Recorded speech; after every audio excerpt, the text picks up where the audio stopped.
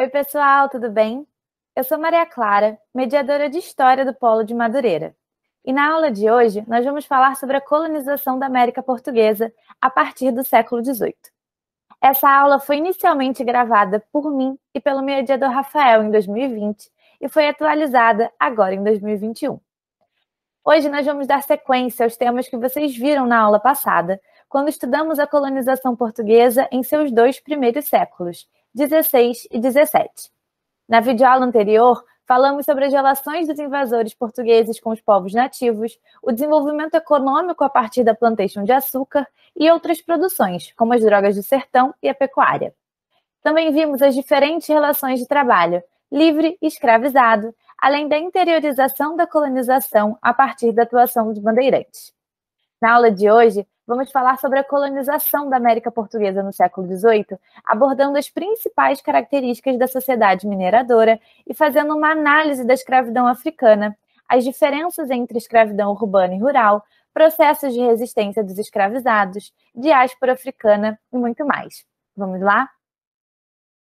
Então, pessoal, a descoberta do ouro ocorre no final do século XVII, a partir da atuação dos bandeirantes paulistas, que em suas incursões ao interior vão descobrir metais preciosos na região de Minas Gerais.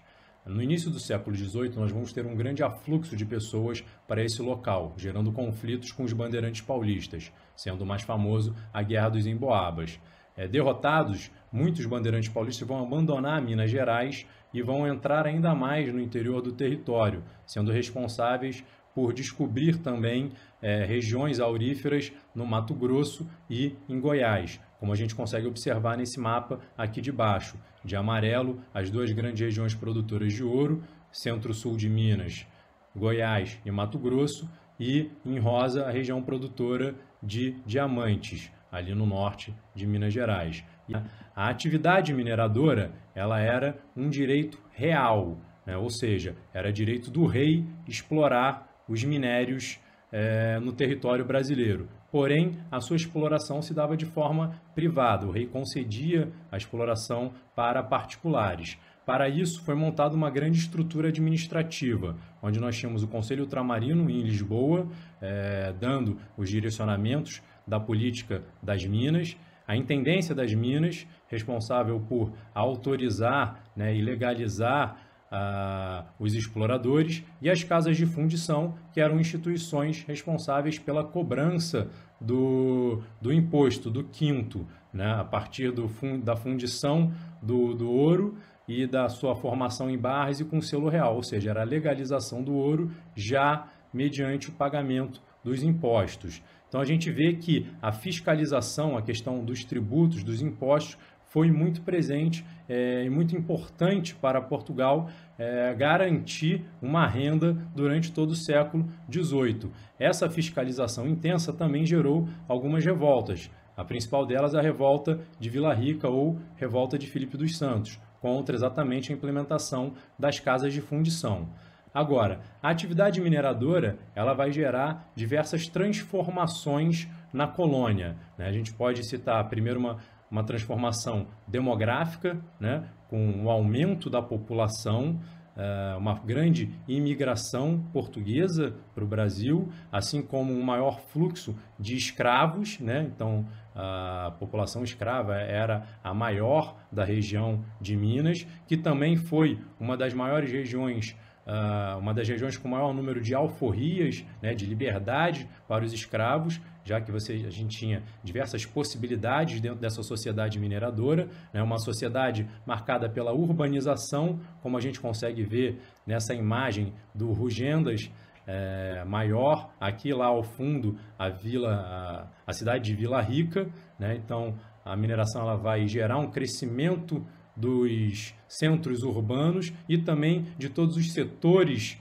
que são necessários para esses centros, então comércio, serviços, tudo isso vai se desenvolver também, e a mineração, um grande fluxo de dinheiro, né, de capital, né, na região de Minas, vai também promover investimentos na área cultural e artística, onde a gente destaca o desenvolvimento do estilo barroco mineiro, né, onde a gente tem um grande expoente, o Aleijadinho, onde a gente consegue ver aqui nessa imagem uma obra sua, né? Além dessas transformações já citadas, nós podemos falar dos impactos econômicos da mineração na colônia brasileira. Primeiro, uma certa inflação, né? Logo na descoberta, inflação, um aumento geral de preços, um problema de mão de obra também, já que todo o fluxo estava sendo direcionado para a região de Minas. A gente vai ter um deslocamento do eixo econômico, saindo do Nordeste e vindo para a região Sudeste, né? A região de Minas ela vai ser também responsável por uma integração dos mercados coloniais, como a gente consegue ver nessa imagem aqui. Então a gente vê que a região de Minas ela realmente é um centro agregador, né, das diferentes rotas aqui coloniais. Temos desde lá do sul, né, até lá do Nordeste, passando aqui pelo Rio de Janeiro, envolvendo Europa e África. E também a atividade mineradora ela vai provocar uma expansão de outras atividades econômicas, como a agricultura e a pecuária para o próprio abastecimento da região de Minas, e a atuação dos tropeiros, né? Esses viajantes, esses comerciantes que foram responsáveis por abastecer as regiões de Minas, né? Das minas. Agora, pessoal, a mineração ela também expõe uma outra característica da colonização portuguesa na América, que foi a escravidão africana, que desde o início do século XVII se consolidou como a principal mão de obra aqui na América portuguesa, né? Em um movimento, né, que a gente chama de diáspora negra, ou seja, o que é isso? É um processo histórico de imigração forçada de homens e mulheres da África para outras regiões do mundo, né, especialmente a América, né? A América ela vai receber mais de 13 milhões de escravizados africanos. O Brasil vai receber por volta de 5 milhões de escravizados, né? Esse mapa que está animado aí passando agora para vocês, ele representa, cada pontinho desses representa um navio negreiro que saiu da África e veio para as Américas, para a gente poder ver a evolução, né, desse comércio transatlântico ao longo de todo o século XVIII. E esses escravos eles vinham de diferentes regiões da África, né? Os escravos que vieram para o Brasil vieram principalmente de Angola, do Golfo da Guiné e de Moçambique. Então, regiões diversas, com culturas e costumes diversos, né? Várias etnias diferentes que vieram para o Brasil e se mesclaram entre si e aqui com as outras culturas que encontraram, tá? Essa escravidão, né, esse grosso, esses 5 milhões de negros africanos que vieram para cá, eles se inseriam em uma escravidão urbana ou rural, né? Urbana, fazendo serviço, trabalhando em setores de serviços, de comércio, ou como negros de ganho, né? Acordando com o seu senhor uma quantia que ele tinha que pagar semanal e vivendo na cidade tentando ganhar esse dinheiro. E a escravidão urbana, a gente vê um equilíbrio de gênero entre homens e mulheres escravizados na cidade. Já a escravidão rural, marcada principalmente, né, pela agricultura, pelas plantations de açúcar, a gente vê negros também fazendo funções especializadas dentro do engenho, até funções administrativas e como capatazes, e nós percebemos uma predominância masculina. Havia muito mais homens nos setores rurais do que mulheres escravizadas. E dentro desses dois locais, né, tanto a escravidão urbana quanto rural, a gente pode destacar um setor, né, uma classe, entre aspas, privilegiada de escravizados, que seriam os escravos domésticos, né, que trabalhariam diretamente, ali em contato direto, mais íntimo com os senhores. Ou seja, o trabalho escravizado foi implementado de diversas maneiras, apresentando nuances e diferenças de acordo com o período e o espaço dos quais falamos. As funções na área rural, marcadas pelos trabalhos na lavoura e na monocultura, estiveram presentes em diversas áreas do território colonial português, desde a plantação de cana-de-açúcar e produção de açúcar no litoral, ainda nos primeiros séculos da colonização, até plantações de outros produtos, como o tabaco e o algodão. Enquanto isso, a escravidão urbana marcada pelo trabalho de escravizados de ganho, escravizados de aluguel e afins, está relacionada ao crescimento das cidades em determinadas regiões do território. Podemos citar, por exemplo, uma grande quantidade de escravizados trabalhando nas ruas do Rio de Janeiro, então capital do Brasil, já durante o século XVIII. Oi, pessoal! Eu voltei aqui porque, escutando o Rafael falar sobre as diferenças entre escravidão urbana e escravidão rural, lembrei de um livro muito interessante que eu li recentemente. Chama Um Defeito de Cor, da escritora Ana Maria Gonçalves. O interessante desse livro é que, apesar de ser uma obra ficcional, ele conta com uma vasta pesquisa histórica por parte da autora. A personagem principal se chama Querinde. Ela nasceu em 1810, em Savalu, no reino de Daomé, em África. Querinde foi capturada ainda criança, trazida ao Brasil e vendida como escravizada. O livro, que é todo contado na primeira pessoa pela própria personagem, traz narrativas de muita dor, mas também de muita resistência. O que eu quero chamar a atenção é para o fato de que, na trajetória da personagem, 3 ambientes distintos marcam bem as diferenças entre escravidão rural e escravidão urbana.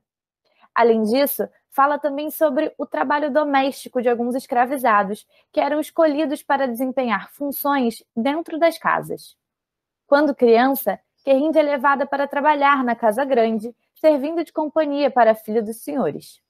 Quando fica mais velha, é obrigada a trabalhar na lavoura, e quando a fazenda em que vivia é vendida, todos se mudam para a cidade, onde a personagem começa a trabalhar como negra de ganho, uma das funções que o Rafael acabou de mencionar.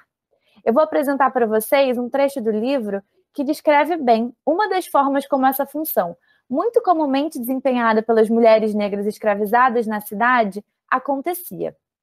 O livro diz assim: Assim, a Ana Filipa me colocou na rua como escrava de ganho, a quase 700 réis por semana, dinheiro que eu tinha que pagar a ela aos domingos. Como escrava de ganho, eu poderia sobreviver do que quisesse, poderia escolher meu trabalho e ficaria com o dinheiro que ganhasse acima da quantia pedida por ela. Muitos escravos viviam nessas condições, exercendo as mais diferentes atividades, e muitos senhores viviam do dinheiro que eles levavam para casa, principalmente senhoras viúvas, que não sabiam tocar a propriedade deixada pelo falecido e que se desfaziam dos negócios, mas conservavam os escravos, que colocavam na rua a ganho. Ou seja, essas pessoas escravizadas, que eram colocadas por seus senhores para trabalhar nas ruas das cidades, no comércio, deveriam pagar uma quantia fixa para esses senhores, mas poderiam ficar com excedente. Essa possibilidade fez com que mulheres e homens escravizados conseguissem guardar certas quantias para a compra de sua alforria. Existiam, inclusive, associações que auxiliavam nesse processo, funcionando a partir de poupanças e empréstimos. Ou seja, é possível estabelecer uma relação entre o exercício dessa função e a conquista da liberdade por parte da população escravizada residente nas cidades. Mas nós temos que destacar também a resistência africana contra as violências que sofriam. Essa resistência ela se dava de várias formas. Sobre essa questão, a Maria vai falar um pouquinho para a gente também. Pessoal, é muito importante que a gente perceba que existiam muitas formas de resistência à escravidão por parte da população escravizada. As fugas, revoltas e aquilombamentos são algumas delas, extremamente importantes e bem conhecidas da gente, como é o caso do Quilombo dos Palmares, localizado no que é hoje o estado de Alagoas e onde lutaram contra a escravidão figuras importantes históricas, como Aquatune, Zumbi e Dandara. Mas outra forma de resistência foi o engajamento de escravizados e ex-escravizados no movimento abolicionista, como podemos citar o caso do líder revolucionário, advogado, jornalista e poeta Luiz Gama. Podemos citar ainda muitas outras formas de resistir e se opor à escravidão durante esse período. Foram muitas as táticas encontradas e inventadas pela população escravizada para proteger suas formas de existir, viver e se relacionar. Essas resistências se encontram nas relações familiares, na música, nos cantos e danças, nas práticas religiosas, nas estratégias de fuga e articulação. Podemos citar ainda a formação de redes de sociabilidade e solidariedade, dentre outros. Nesse processo, essas manifestações e existências dos escravizados conseguiam desestabilizar o próprio sistema.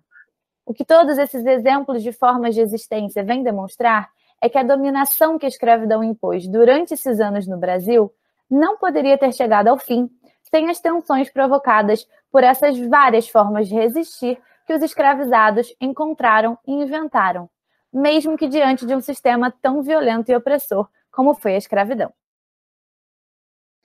Bem, por fim, gente, nós vimos nessas duas últimas aulas todo o processo de colonização da América Portuguesa, desde sua implementação no litoral à sua progressiva ocupação do interior do território, passando pela variedade econômica colonial, com a produção de drogas do sertão, de pecuária, a mineração e, obviamente, a plantation de açúcar, e também da sua diversidade social, né? Trabalhadores livres, trabalhadores urbanos, trabalhadores escravizados, trabalhadores rurais, as diferentes atividades às quais eles se dedicavam, trabalhadores nativos, indígenas, africanos.